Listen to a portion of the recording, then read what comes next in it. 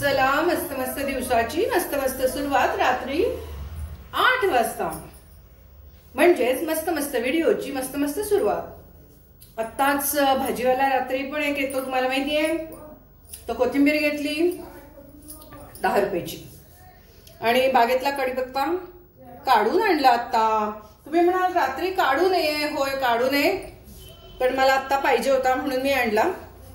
आणि तुम्हाला मी मागे एकदा सांगितलं होतं ना की वाळलेला कढीपत्ता मी करून ठेवलेला आहे, पण तो जर का आपल्या रेसिपीमध्ये वापरला वाळलेला कढीपत्ता तर वास काही छान लागत नाही, पालापाचोळ्यासारखा वास येतो म्हणजे वाळलेल्या। त्यामुळं मी काय करणार आहे, आता हा कढीपत्ता आहे ना, हा तळून ठेवणार आहे फोडणीमध्ये, म्हणजे तो ताजा खाल्ल्यासारखा वाटतो। वाळलेला कढीपत्ता फसलं माझं काम। तर आता मी काय करणार आहे सांगते तुम्हाला। यासाठी भांडं ठेवलेलं आहे, ताजी फोडणी करणार आहे, भरपूर सारी मला लागते कारण माझी संपलेली आहे। आणि इथे मी भाताची तयारी केलेली आहे। 1 वाटी भाताचा भात म्हणजे अर्धी वाटी तांदूळ आणि अर्धी वाटी दोन्ही डाळी, लाल डाळ आणि मूग डाळ। त्याच्यामध्ये या सर्व गोष्टी मी घालणार आहे। टोमॅटो घालणार आहे, फ्लॉवर घालणार आहे, पुदिना मिळाला पुदिना म्हणून घातला पुदिना, असं आहे ते। आलं, लसूण, वांग घालणार आहे। आज शेळपटले 2 गाजरं ती घालून टाकते आणि बिनस श्रावण घेवडा आणि ही आपण तयार केलेली फोडणी। असं हे सगळं आपलं सुरुवातीचं काम आहे। ही सगळी तयारी करून घेते आणि मग बोलू आपण। मस्तपैकी फोडणी तयार करून ठेवलेली आहे। पुढची आठवडाभर मला आता ही फोडणी पुरणार आहे। मला चटणीला, पुन्हा कोशिंबिरीला वगैरे घालायला किंवा भाजीला, भाताला सुद्धा पटकन मला घालता येणारी ही माझी फोडणी तयार झाली। मस्त तयार फोडणी, इन्स्टंट फोडणी, टिकाऊ फोडणी, खमंग फोडणी, चविष्ट फोडणी, झटपट फोडणी। आता काही जणी आहेत ना त्या डोकं बडवून घेणार आहेत कारण त्यांना आवडत नाही ना अशी फोडणी, मग घ्या बडवून। तर आता आपण वांगी भात करणार आहोत आज। तर वांगी काढून ठेवलेली आहेत, 2 वांगी घेतलेली आहेत। मस्त नुसती खावीशी वाटत होती, पेरूसारखी दिसत होती। आता यामध्ये मीठ घालायचं राहिलं माझं, विसरलं बघा बोलता बोलता। चला आपण पटकन मीठ घालून घेऊ, नाहीतर नेमकं मीठ विसरतं बरं का। त्यामुळं मीठ आधी पटकन घालून घ्यायचं।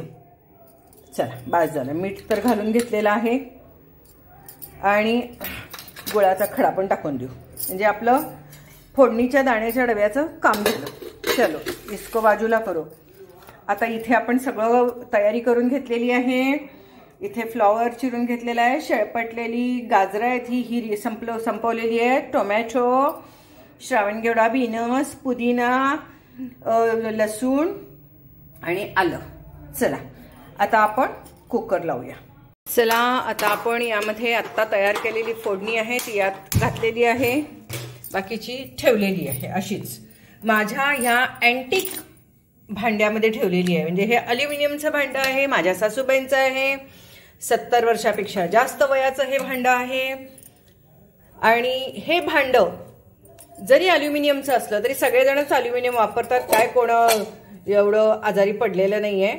त्यामुळे मी काय त्या अल्युमिनियमच्या भांड्याच्या विरोधात नाहीये, फक्त आंबट काही करू नका एवढंच। बाकी अल्युमिनियममध्ये स्वयंपाक माझा तर छान होतो, माझं बहुतेक सगळं अल्युमिनियमच आहे घरामध्ये। तर असू दे, ज्यांना असं वाटतंय की मी अल्युमिनियम वापरते तर हो मी वापरते, विषय संपला, समजलं। कारण अल्युमिनियमची जी माझी सगळी भांडी आहेत ही माझ्या सासूबाईंची भांडी आहेत आणि ती माझी भांडी ही नुसती माझ्यासाठी भांडी नसून माझ्या सासूबाईंच्या स्मृती आणि आशीर्वाद त्यासोबत आहे। अहो तुम्हाला एक सांगते, आपल्याला आपल्या सासूबाईंचं सोनं चांदी चालतं, सोनं चांदी चालतो, पैठण्या साड्या चालतात आणि मग नंतर मग साध्या साड्यांसाठी म्हणायचं मेलेल्यांचे कपडे वापरू नये, बरोबर आहे की नाही? आणि असल्या भांड्यांसाठी म्हणायचं अहो ह्या भांड्यामध्ये तर जास्त स्मृती आहेत, सोन्या चांद्याच्या दागिन्यांमध्ये काय स्मृती आहे तो आपल्या पूर्वजांच्या, आणि मला आवडतात ह्या स्मृती जतन करायला, त्यामुळे काय प्रश्न नाही हो। आणि अशाच स्मृती काढल्या की घरातलं वातावरण पण मला फार फार फ्रेश वाटतं. काढून टाकते बाबा हे साप घालून बसल्यासारखं उगाचच. तर मला फार मस्त वाटतं म्हणून मग मी त्यांची सगळी भांडी वापरते. माझ्या आईची पण मी सगळी भांडी वापरते. सगळी म्हणजे सगळं. ते अल्युमिनियमचं आहे, हिंडालियमचं आहे, असलं माझ्या मेंदूत काही नाही. अहो भीत्यापाठी ब्रह्मराक्षस. मध्ये त्या कुठल्या तरी गाद्या निघाल्या होत्या बरं का. 2-2 लाखाच्या वगैरे काहीतरी गाद्या होत्या. आणि त्या गाद्या घेतल्या आणि त्याच्यावर जर का तुम्ही झोपलात की म्हणे तुम्ही आयुष्यात कधी आजारीच पडत नाही. आणि जाताना ठेचकाळून पडलात आणि मोडला हातपाय म्हणजे लागणार ना औषध. काहीतरी नाटकं असतात अहो लोकांची. तसं आहे हे आमच्या बायकांचं. तुमच्याकडे मस्त भांडी सुंदर सुंदर असतील पण तुमच्याकडे त्याच्यात आठवणी आहेत का? पूर्वीच्या लोकांच्या आठवणी माझ्या सासूबाईंच्या आहेत, माझ्या सासूबाईंच्या बहिणींच्या आहेत, पुन्हा जाऊबाईंच्या आहेत त्यांच्या, माझ्या आईच्या आहेत, माझ्या मावशीच्या आहेत, माझ्या काकूच्या आहेत, माझ्या आत्याच्या आहेत. सगळ्या आठवणी आहेत. ह्या आठवणी असतील का तुमच्याकडं? मिळतील का तुम्हाला परत? दागिने चालतात तुम्हाला, सोन्या चांदीची इस्टेट चालते, अगदी भांडून भांडून चालते तुम्हाला लागते इस्टेट, होय की नाही? अगदी भांडून भांडून घेता की इस्टेट आई वडिलांची. आणि तुम्हाला भांडी चालत नाहीत होय अल्युमिनियमची. आहे हा असं सगळं माणसाचं आहे बघा. स्वार्थी आहे माणूस आणि आपल्याला हवा तसं बदलतो. असं आहे सगळं. तुमच्यापैकी बऱ्याच बायका मला लिहितात, त्यांना मी विचारणार आहे, विचारतीये आहे का नाही काय सासूबाईंचं सोनं चांदी ठेवलाय ना, इस्टेट वापरताय ना, त्याचे पैसे केलाय ना का नाही केला? ते सगळं चालतं का नाही? मग त्यांची भांडी चालत नाहीत होय, त्यांच्या साध्या साड्या चालत नाहीत, पैठण्या वापरता की त्यांच्या. असं आहे बघा हे सगळं. आता तुम्हाला एक सांगते बरं का, बोलता बोलता किती सुंदर सुंदर भाताचं चालू आहे इकडे एकीकडे आपल्या गप्पा मारता मारता. आता यामध्ये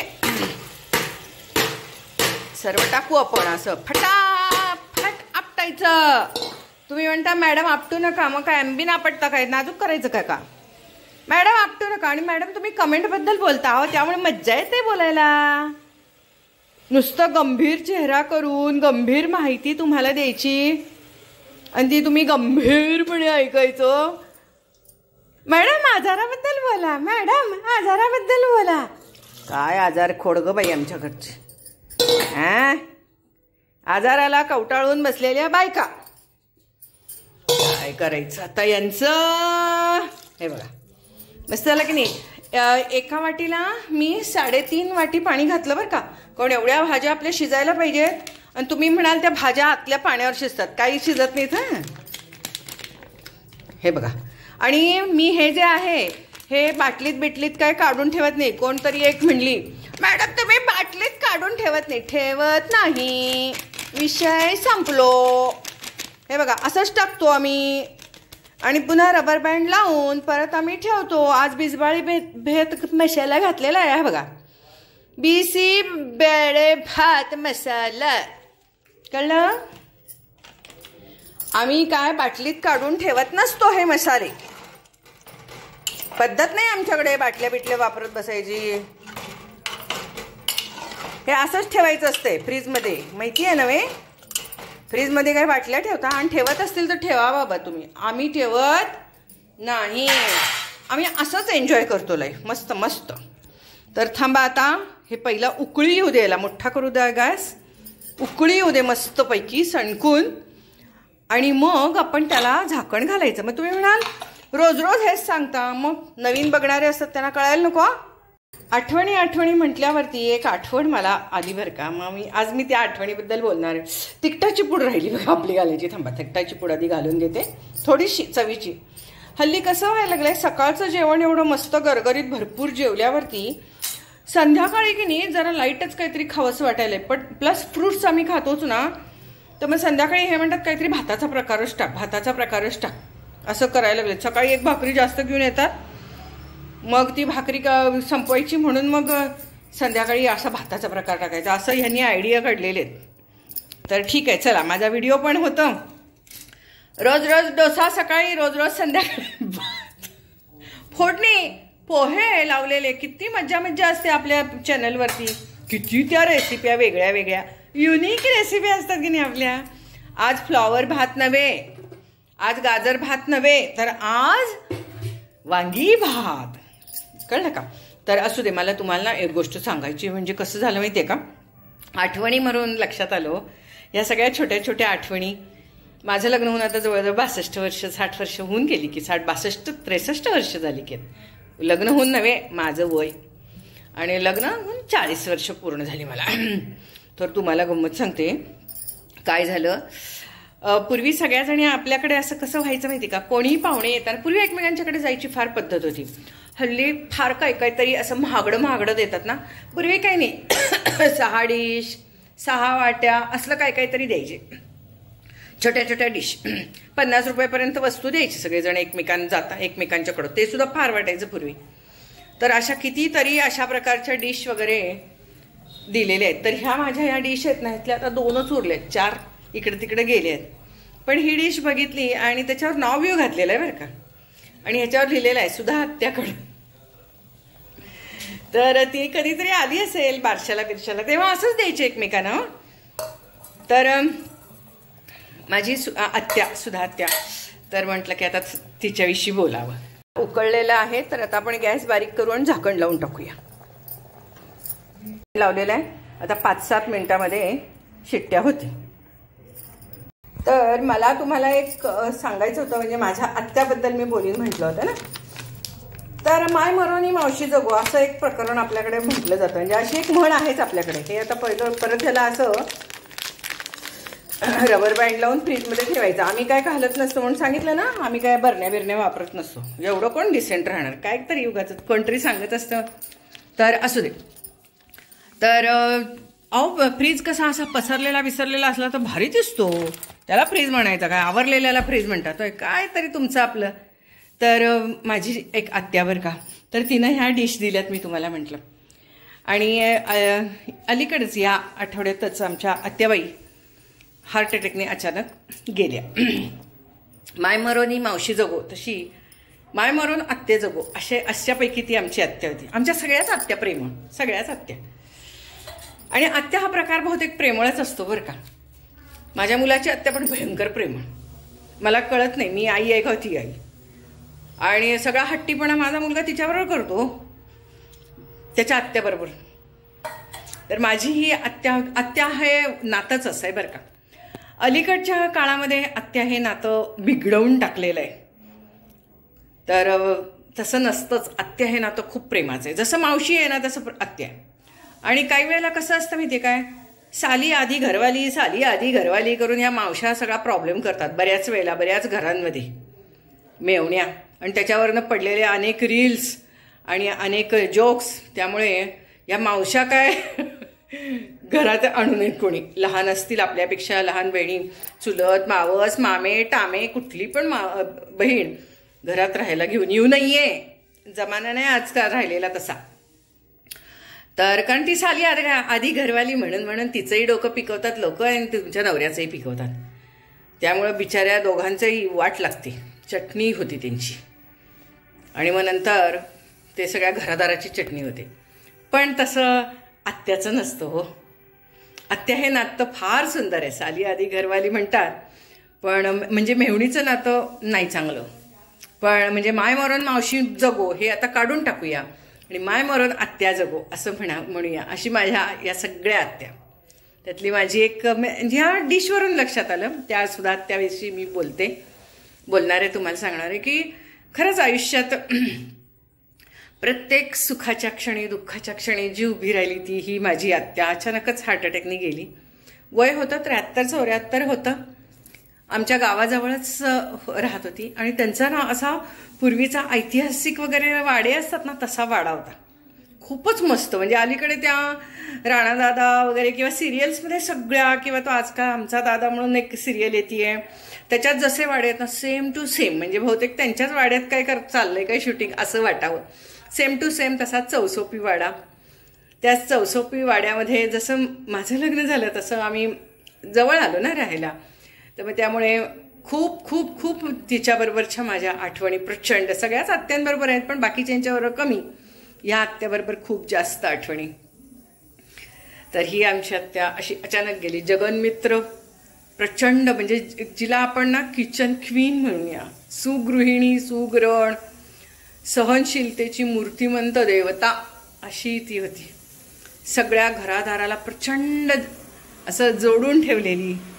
कधीही तिच्या चेहऱ्यावर कंटाळा वगैरे, दिसायला देखणे देखणे सुंदर सुंदर सुंदर गोरीगरीबान. काल म्हणजे जेव्हा ती वारली तेव्हा तिला जेव्हा तिथं ठेवलं होतं, काय तेज आलं होतं तुम्हाला सांगते. गोरीगरीबान असं, आणि त्यात हिरवं पातळ वगैरे तिला नेसवलं, हिरव्या बांगड्या वगैरे सगळं असं काही तेज येत होतं. आणि असं कुंकू बिंकू लावलेलं काय दिसत होती तुम्हाला सांगते. प्रचंड तेज आलं होतं तिला गेली तेव्हा. आणि त्या ठिकाणी जेव्हा मी गेले तेव्हा मला तिला बघून असं ना की असं आतून खूप उचंबळून आलं. आणि आत्या म्हणून असं मला तिच्या जवळ बसावं असं वाटलं. मी बसले, पण तिच्या गालावरून हात फिरवला, अंगावरून हात फिरवला, हातावरून हात फिरवला, पायावरून हात फिरवला, असं खूप. आणि मला त्या क्षणाला असं जाणवलं की पूर्वी मी म्हणजे लहानपणापासून तिचा स्पर्श मला माहीत होता. तिचा स्पर्श मला माहीत होता कारण की आत्या आपल्याला जवळ घेते, तिच्याजवळ आपण बसतो, ती आपल्या अंगावरून हात फिरवते, डोक्यावरून हात फिरवते, सणावाराला अंगाला तेल लावून द्यायचं, न्हायला घालायचं, ह्या सगळ्या गोष्टी ती करायची बरं का. तिला तिची आवडच होती. आणि काल प्रथमच असं झालं की तिचा हात नाही फिरला, पण मी मात्र हात फिरवलं. आणि असं वाटलं की नाही, हे खूप आधीपासून व्हायला पाहिजे होतं. आपण खूप स्पर्शापासून लांब असतो आपण.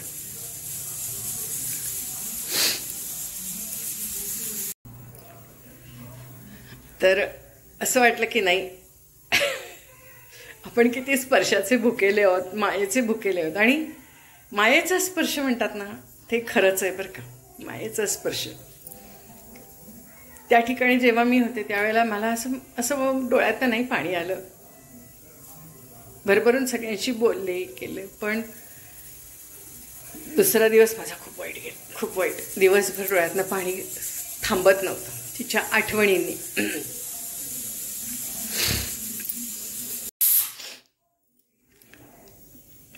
आणि एकदा माणूस गेला की गेलंच, किंवा परत कुठं दुसरा, म्हणजे फार वाईट वाटायला लागलं आता. खूप म्हणजे डोळ्यातनं पाणी येतं. आणि तिनं दिलेल्या वस्तू ह्या सगळ्या दिसतात, चमचे, वाट्या. आणि पूर्वी नाव घालून द्यायची एक पद्धत होती ना, तर हे दिसलं प्लेट आणि मला ते आज भरून आलं.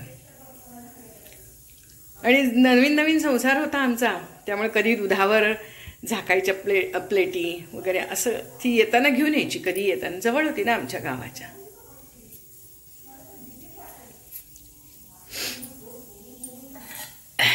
तर अशी आमची ती आत्या. आपण मोठ्या मोठ्या लोकांना आठवतो, त्यांच्या आपण जयंती पुण्यतिथी साजऱ्या करतो, पण आणि त्यांच्याविषयी आपण एकमेकांशी बोलतो पण. शिट्टी छोटी झाली त्यामुळे आता आपण बंद केलं. आपल्या घरची माणसं असतात त्यांना आपण जयंती पुण्यतिथी म्हणत नाही, पण काय हरकत आहे ना म्हणायला.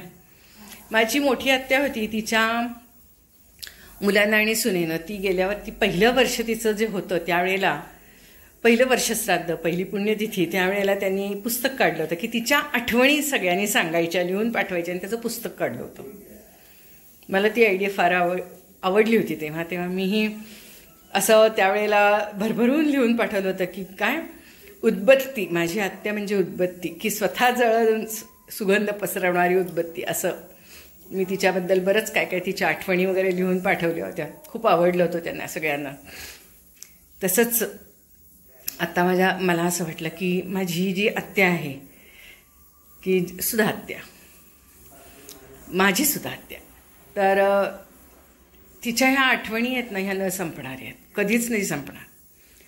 मला घडवण्यात लहानपणापासून किंवा संसार माझा सुरू झाल्यावर जवळ होती, त्यामुळे छोट्या छोट्या गोष्टीमध्ये घरातले प्रत्येक जेव्हा मोठा कार्यक्रम असायचा त्यावेळेला सुद्धा ती जातीने हजर असायची.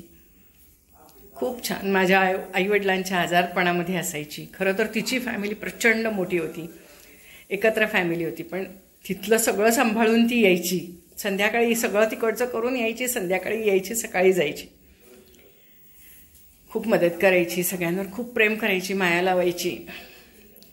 माया आपुलकी ही कशी लावायची हे आम्ही तिच्याकडनं शिकलो. तर अशी ती सुधा आत्या, मायाळू, प्रेमळ, माय मरो नि आत्या जगो या पठडीतली आमची ती आत्या. आज बोलावं असं वाटलं, बोललो आपण ह्याविषयी. त्या क्षणाला त्या ठिकाण अजूनही डोळ्यासमोर तिचा आधीची सगळी रूपं येत आहेत. शेवटचंही रूप जे आहे ते डोळ्यासमोरून जात नाही आहे. ती नाही असं मनात येतं आणि मग डोळ्यातनं असं होतंय. खरं तर अलीकडच्या काळामध्ये फारशी भेट होत नव्हती तिची ह्या 2 वर्षामध्ये, पण तरी आठवणी असतातच. तर मी तुम्हाला हा आठवणीचा आत्ता विषय का आला तर छोट्या मोठ्या भांड्यांवरून तुम्ही सारखं बोलत असता, हे भांडं ते भांडं, तुमची भांडी चांगली नाही ते नाही. भांडी कशी असली तरी माझ्या आठवणीत चिरंतन आहेत आणि खूप महान आहेत त्या माझ्या आठवणी. माझी भांडी काय व येता जाता पटकन जाऊन विकत घेऊन येऊ शकते मी. मग तुम्ही म्हणाल ती वापरू नका, तशीच समोर ठेवा, पण जेव्हा आपण वापरतो तेव्हाच आपल्याला ती आठवण येते. नुसती समोर ठेवली किंवा अशी कोंबूनवरती लॉफ्टवरती ठेवली तर त्याला काय अर्थ आहे ना. रोज वापरत असल्यामुळे सगळ्यांच्या आठवणी माझ्या राहतात, येतात. आणि म्हणून अशी मजेशीर जी अँटिक पीस मी म्हणत असते त्याला, तर माझे ती स्मृतिचिन्ह आहेत सगळी. प्रत्येकाच्या आठवणीची वेगळी वेगळी अशी ती चिन्ह आहेत आणि म्हणून मी ती भांडी वापरते. पूर्वी अशा इतक्या काही साड्या कोणी कोणाला एकमेकाला द्यायची नाहीत, पण भांडी द्यायची, कुंडे द्यायची पद्धत होती. अजूनही कुंडे द्यायची पद्धत आहे आणि त्या सर्वांचे कुंडे मी ठेवलेले आहेत. इतक्या व्हरायटीचे कुंडे आहेत ना, आणि त्या कुंड्या कुणाचे कधीचे आहेत हे सगळं लक्षात आहे. आणि दरवेळेला तो जेव्हा आपण कुंडा वापरतो त्यावेळेला त्या व्यक्तीची ती आठवण येते. म्हणून मला अजूनही वाटतं की भांडीच द्यावीत कुणीही कुणाला एकमेकाला देताना. वापरू दे समोरची व्यक्ती, न वापरू दे, पण भांडी द्या. पूर्वी आणि नाव घालून द्यायची पद्धत होती, म्हणजे दुसऱ्या कोणाला देऊ शकत नव्हते. तर आता भांडी नाव घालण्यासारखी नसतात कारण पातळ असतात ना, पण तरीसुद्धा भांडी द्या, भांड्यांची आठवण राहते. आणि खरंच त्या स्मृती खूप छान असतात आणि आपल्याला बळ देणारे असतात. ती एक पॉझिटिव्हिटी आहे आपल्या पाठीमागं, मार्गदर्शन आशीर्वादाने राहणारी ती पॉझिटिव्हिटी. भात कसा झालाय बघूया. फक्त भातच आहे त्यामुळे एवढंच बस. छोट्या छोट्या डिशेस घेते आणि ताक काढलंय आत्ता ताजं. हं, धुवायला टाकूया. चला, उतरलेलं आहे. लगेच बसणार आहे का सिरियल संपलं? वाव, बहुत खूप मस्त. घालू का? हळू. यांचं विकतचं ताक असतं ना, हे थंडीच्या दिवसात खाल्लं तरी काय होत नाही. हा कालचा सुंठवडा. तर हे बघा, मस्त मस्त मस्त ताक. काय सुंदर असते की नाही. रोज 20 रुपयाचं आणायचं असते. घरातलं ताक डोश्याला आणि विकतचं ताक. हे बघा काय फिलिंग आहे. तुम्हाला चमचा पाहिजे का नको? हे घ्या चमचा, आवाजला तर. काय सुंदर, मस्त मस्त. घ्या, मी सिरियल बघायला जाते. बघा काय छान दिसायला लागलाय. गरम गरम खाऊ नका, सावकाश खावा. काही सुद्धा शिल्लक नाहीये. गरम गरम भात फक्त खावा. अर्धी चपाती आहे, हवी असली तर खावा. चपाती राहू दे, मांजराला लागते. तुम्ही पाहिजे तेवढा भात खाऊ शकता. टीव्ही सिरियल मध्ये जोपर्यंत आता जाहिराती लागलेल्या आहेत तोपर्यंत आता ताट वाढून घेते, माझा व्हिडिओ कंप्लीट करून टाकते आणि पुढचं सिरियल बघायला जाते. सगळ्या इकडच्या तिकडच्या सगळ्या सिरियल बघायच्या म्हणजे बघायच्या. मला आवडतात सिरियल बघायला, काही पण असो. मी बघून ठेवलंय, बहुत बहुत आवडत. प्रत्येक सिरियलमध्ये की नाही एकच वाक्य चांगलं असतं. रोज एक वाक्य चांगलं असतं, पण त्या एका वाक्यासाठी अख्खी सिरियल बघायची. बाकीचं काय काय असे ना, पण त्या अख्ख्या सिरियलमधनं एक वाक्य, आणि तेवढं एक वाक्य मी पूर्वी लिहून काढायची. फार सुंदर असतात ती वाक्य. तर आता हा आपला वांगी भात किती सुंदर दिसतोय, आणि सोबत ताक, आणि मेसमधनं रोज आपल्याला हे सांडगे येतात, ते सांडगे.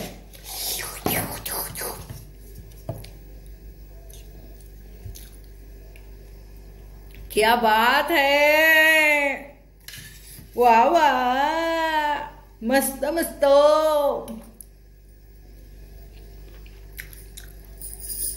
म्हणून बाबा म्हणतात रात्री फक्त भातच लावतो कसला तरी. मास्टर आहे मी. असं सगळं आणून ठेवायचं, कुठला तरी एक मसाला घालायचा, काय सुंदर लागतंय.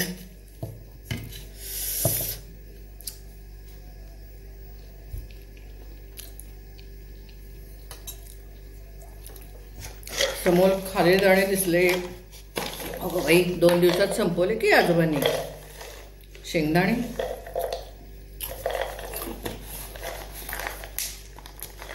तुम्हाला एक सांगू का, खावं असं वाटलं की खायचं, आनंद मिळतो.